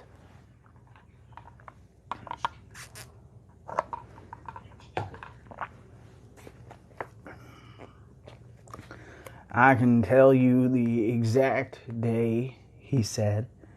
It was the 3rd of September, 1940. The air seemed to go out of the room. I flashed my grandfather's ashen face, his lips just barely moving, uttering those very words, September 3rd, 1940. Are you sure about that? It was that day? I never got to fight, he said.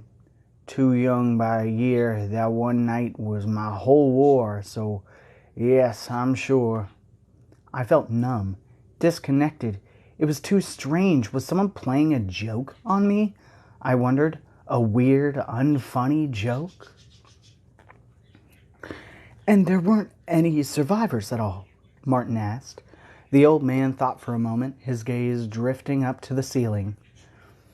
Now that you mention it, he said, I reckon there were. Just one. A young man, not much older than this boy here. His rocker stopped as he remembered it. Walked into town the morning after with not a scratch up on him. Hardly seemed perturbed at all, considering he'd just seen all his mates go to their reward. It was the queerest thing. He was probably in shock, Martin said. I shouldn't wonder, replied Augie. He spoke only once to ask my father when the next boat was leaving for the mainland. Said he wanted to take up arms directly and kill the damn monsters who murdered his people. Augie's story was nearly as far-fetched as the ones Grandpa Portman used to tell, and yet I had no reason to doubt him. I knew him, I said.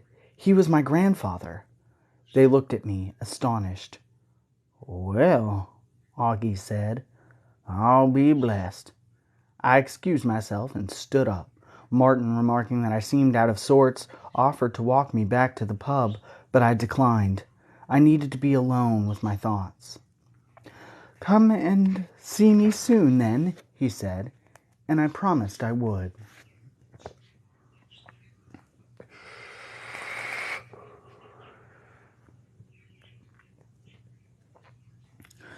I took the long way back, past the swaying lights of the harbor and the air heavy with brine and with chimney smoke from 100 hearth fires. I walked to the end of a dock and watched the moon rise over the water, imagining my grandfather standing there on that awful morning after, numb with shock, waiting for a boat that would take him away from all the death he'd endured, to war and more death. There was no escaping the monsters, not even on this island, no bigger on a map than a grain of sand, protected by mountains of fog and sharp rocks and seething tides. Not anywhere. That was the awful truth my grandfather had tried to protect me from. In the distance, I heard the generator sputter and spin down, and all the lights along the harbor and in-house windows behind me surged for a moment before going dark. I imagined how such a thing might look from an airplane's height, the whole island suddenly winking out as if it had never been there at all. A supernova in miniature.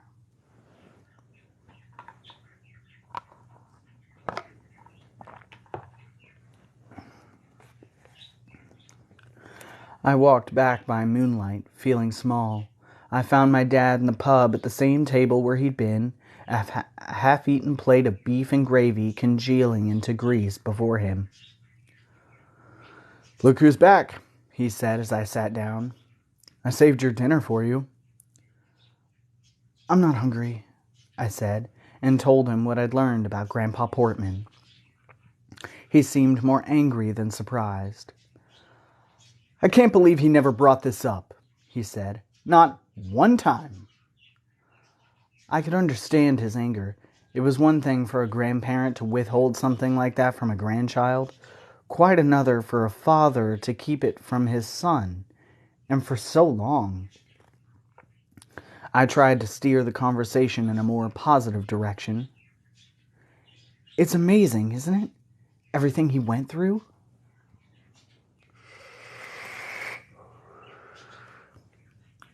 My father nodded. "I don't think we'll ever know the full extent of it. Grandpa Portman really knew how to keep a secret, didn't he? Are you kidding? The man was an emotional Fort Knox." "I wonder if it doesn't explain something, though. Why he acted so distant when you were little."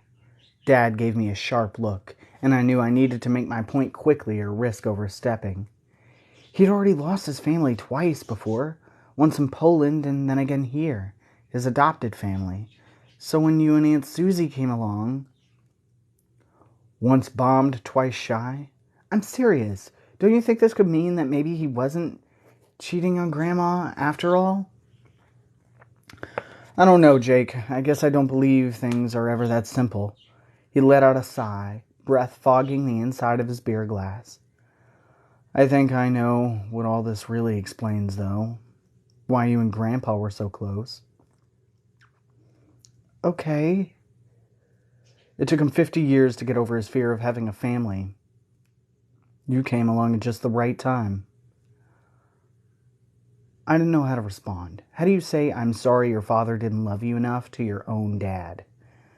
I couldn't, so instead I just said goodnight and headed upstairs to bed.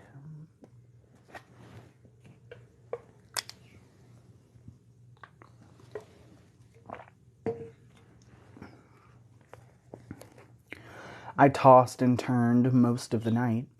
I couldn't stop thinking about the letters, the one my dad and Aunt Susie had found as kids from this other woman, and the one I'd found a month ago from Miss Peregrine.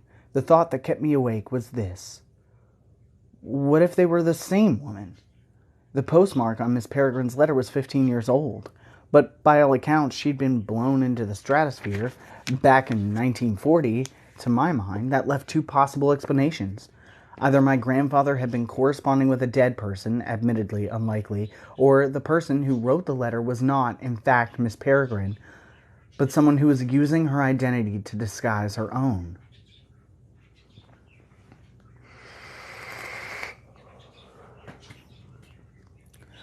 Why would you disguise your identity in a letter?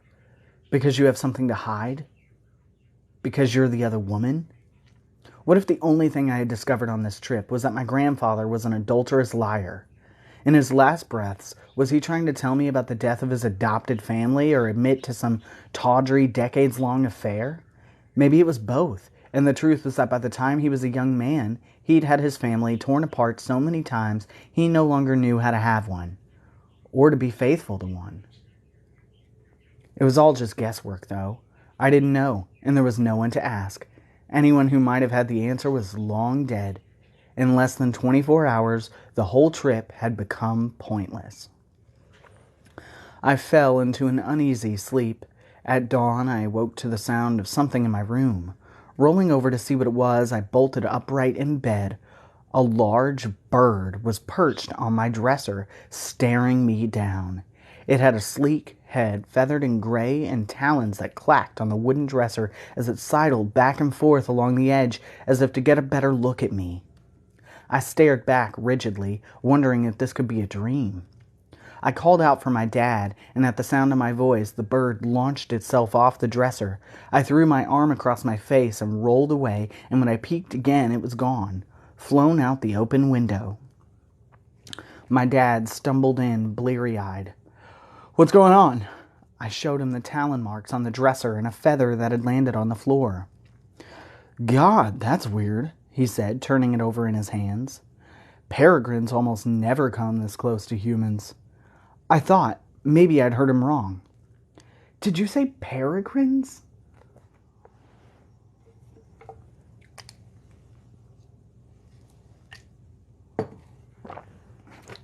He held up the feather. A peregrine falcon, he said. They're amazing creatures, the fastest birds on the earth. They're like shapeshifters. The way they streamline their bodies in the air.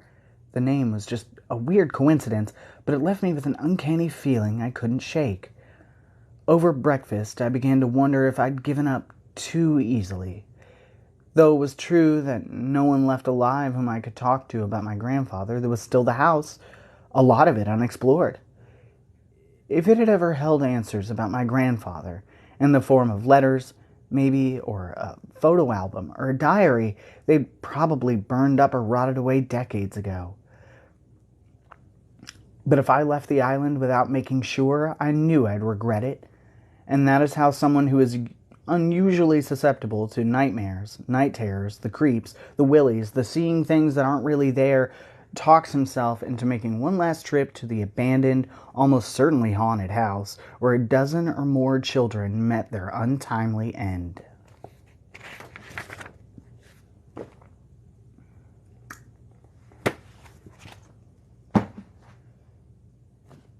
And there you have it. We're getting somewhere, I promise. Or did they? No, yeah. Obviously, the title of the series would be very misleading if they were like, yes, it was ghosts, and then that's the end of the book. No. What if it was? Nah. It'd be so disappointing. That one's a bit of a tough chapter. Especially if you have, like, an absent father.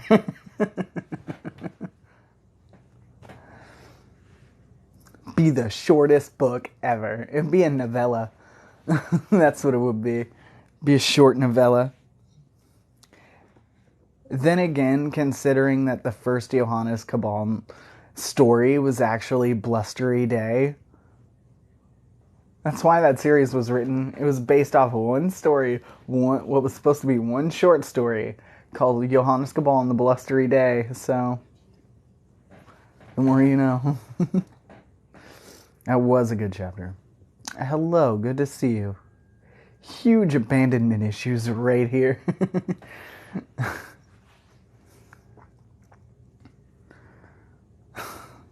I guess it depends on what flavor of abandonment, because also, I'm Grandpa Portman. I'm like, better leave before... If I leave before they cut me off, then guess who won? It doesn't matter who wins, because in the end, it's always me. Hi, Toby. Oh, man. That was harsh, that chapter. A lot of family issues. Do we want to talk about cats for a hot minute? Do we want to read a short passage about some really cool exotic cat that we all enjoy and someone drops a picture of on the Discord later like a good person? Lucy. Tell Lucy I love her. Smokey says hi. Tell Smokey hi. Okay. It's fine. Okay.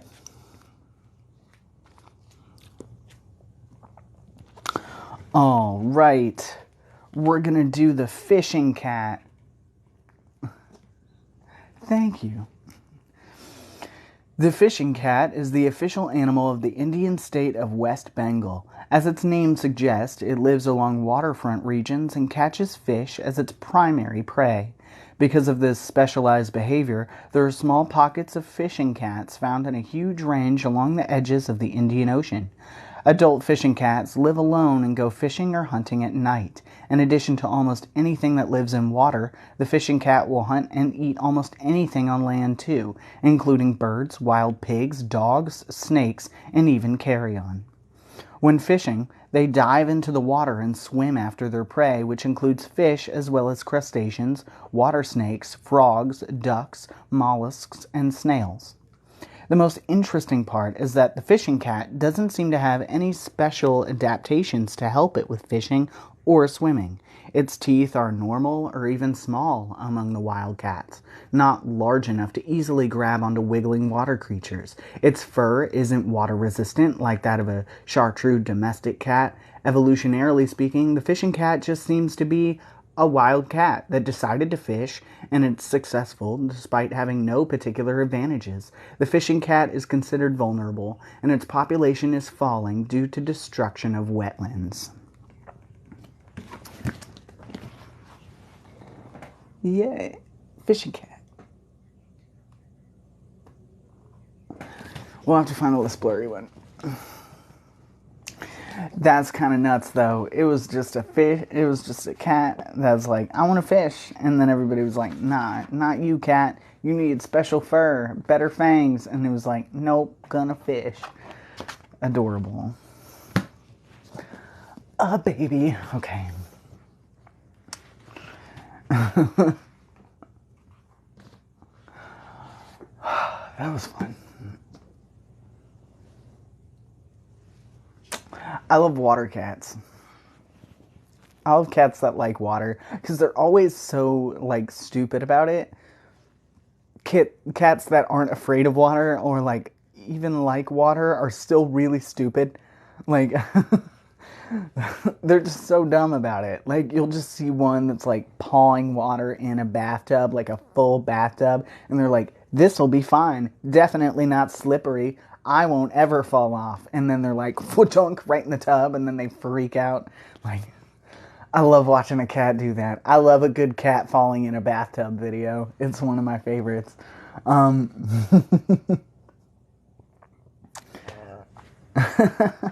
And then, like, I love a good cat who likes the faucet, likes the faucet. I used to have a cat that did not give two shits if the faucet was on, and their favorite place to nap was in the bathroom sink. So anytime you would go to the bathroom, you'd go to wash your hands, and he's just in the sink. And I'm like, Reggie, my guy, you are a sir, a gentleman. Please exit the vicinity. And he just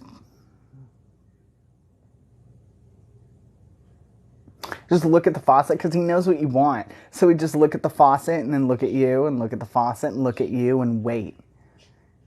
Because he knew you were going to turn the faucet on. And then you turn the faucet on, and then he'd just be like, yeah, nap time. And then lay back down. Like that was his thing. And I was like, no, I'm just going to get my hands wet and then get cat hair on them. Which was not the goal. Also, I'm going to put soap in here.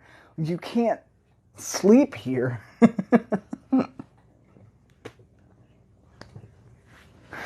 I'm like, I'm trying to wash my hands. You can't be sleeping in here. You're going to get soap all over your fur. Stop, get out. And then you try and get him out of the faucet. And then he's like, no. And then there'd just be one wet streak going all the way down his tummy from his back just because the water's dribbling down there. And he's just chilling. He's just having the time of his life. He's like, yeah, this is great. This is what I'm about. And I'm like, Reggie, get your ass out of this. He was adorable, though. He was a good cat. Best cat, water cats. I always like a good video of a cat licking water out of a faucet, but the water is on top of their head, and they're just like... they're not getting anything to drink meaningfully. Just put your mouth underneath the... So bogus. Good night, Insomniac. You have a good night. But I just love cats doing that. They're not getting anything out of it. They think they are. They're not.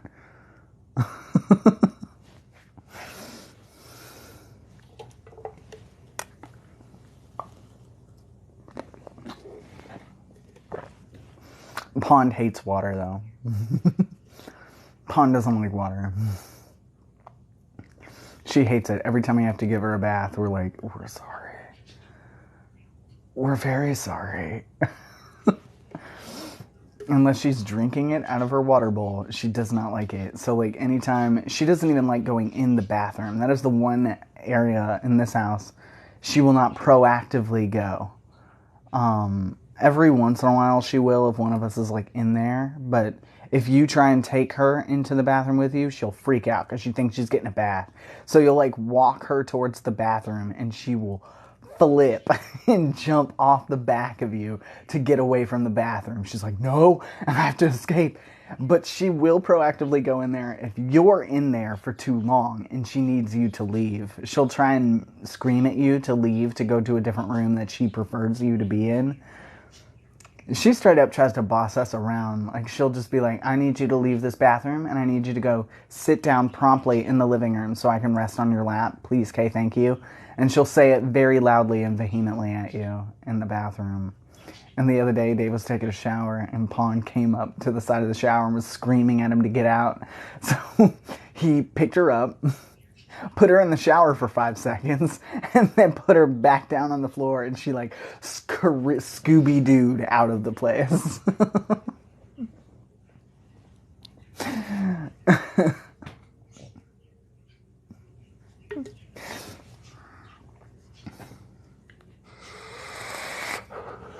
Tibbers stickers her whole head into the fountain.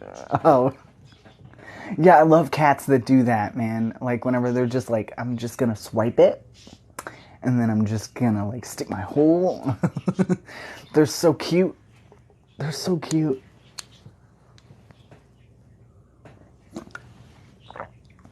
I love when cats try and paw at water, like it's gonna do something. I think it's the cutest. Precious. Okay. And I'm done waxing poetic about every cat behavior. I just like cats. Everything they do is adorable. I'm done now. We can talk about anything else. I don't know when Dad's gonna be here. Or if Dad's gonna be here. He texted me the other day and I forgot to text him back. About something about games.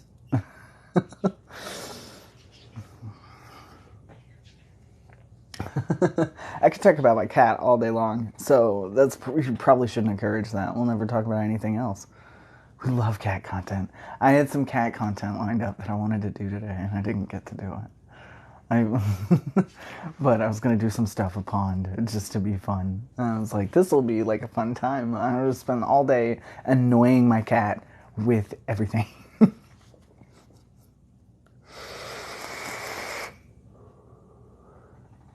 Because I wanted to make more content with my cat so that you guys could see Pond more. Because she doesn't always come in here on the live. Every once in a while she does. But she was napping happily on the couch. So who knows how long she'll be out. I'm guarantee when Dad gets here she'll wake up. Because she needs hair time. It's always hair time when Dad's here. With me, I'm always available, so it's not as alluring. But hair that only comes around once a week, well, you gotta shove your whole face in that while you can, apparently. It's adorable, though. I encourage it.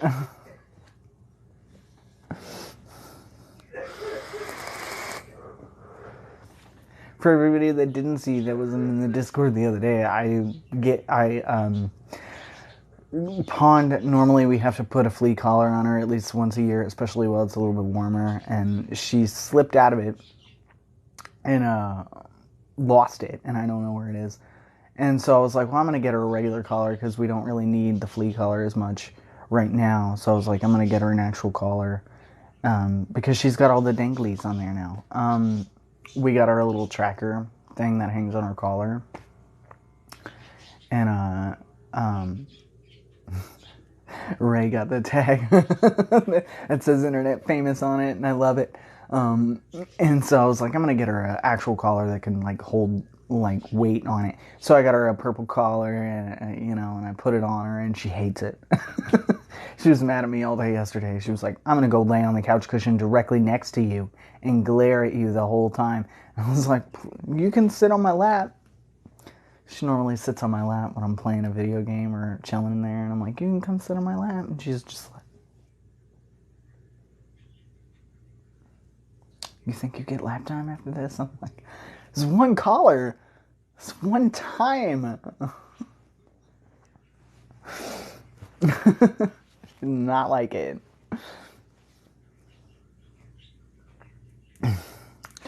Pond would love your hair, Swiftblood. Pond would take one look at you and be about it. You could if you wanted to send a bow tie attachment. I can't guarantee she'll like it, but she liked the bow. That was the craziest thing, though. Is collar? No way. Hates it. Totally mad at me. The bow? She was totally chill with. So I'm like, what are you chill with and what are you not? Make a decision.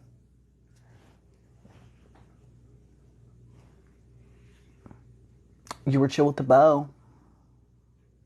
What was wrong with the bow situation? What?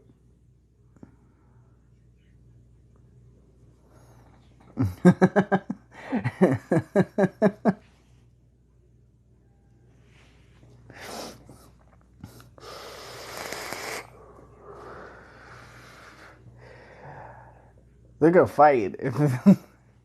Don't take the bows away.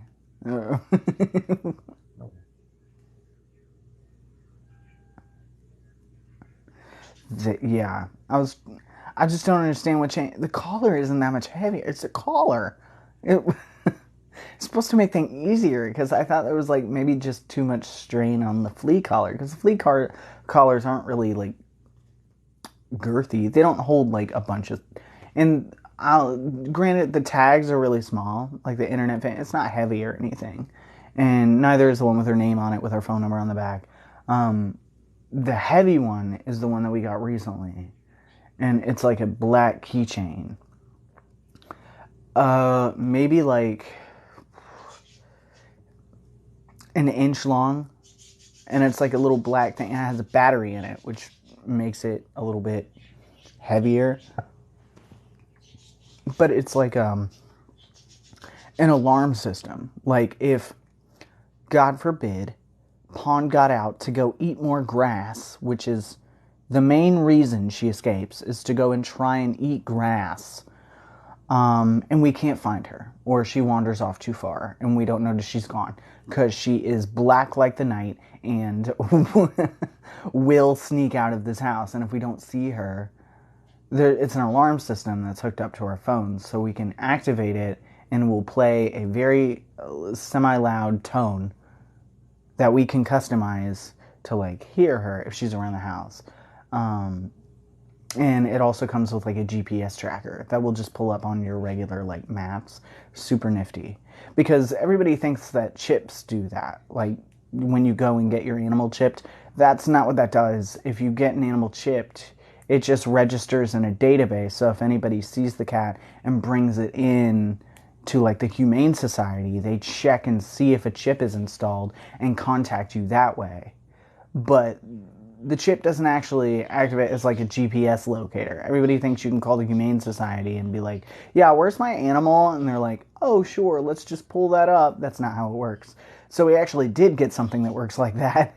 And that way, we'll never lose our cat again. So sad.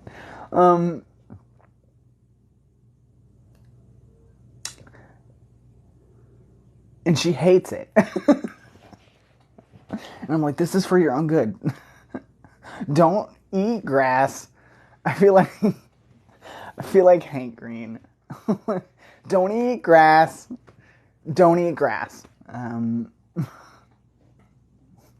So we wanted something that was going to hold that weight because the flea collar was not it. So we have a better collar. And the bow wouldn't have worked either. It's just tied. It's not, looks adorable though. And do I want to put more bows on my cat? You know I do. It is really cool. I was like, why don't they make those? They could easily make those. And then when you get near her, you can activate the alarm button. So then if you can't even see her, if she's like hiding or something or freaked out, like you can play the alarm tone. And that'll really freak her out. But you'll be able to hear her. Oh my God. It helps. It gives me peace of mind at any rate. They'll be there in a few days. What will be here? Did you... Because, okay.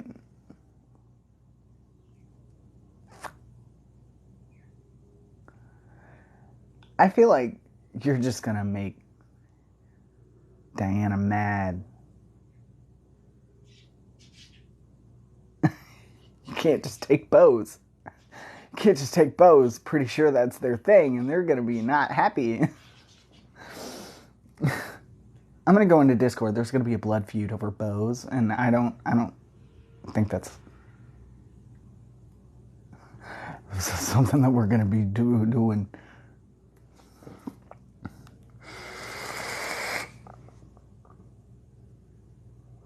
I said I like bows. They are mad. They are mad. Diana is mad. Look what you did.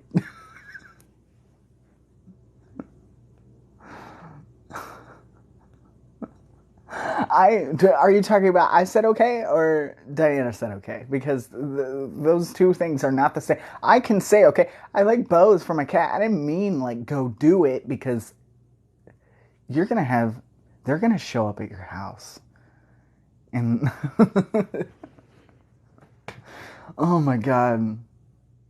Oh, what? No, don't put this on me. Do not put this on me. My plan. No, look, let's let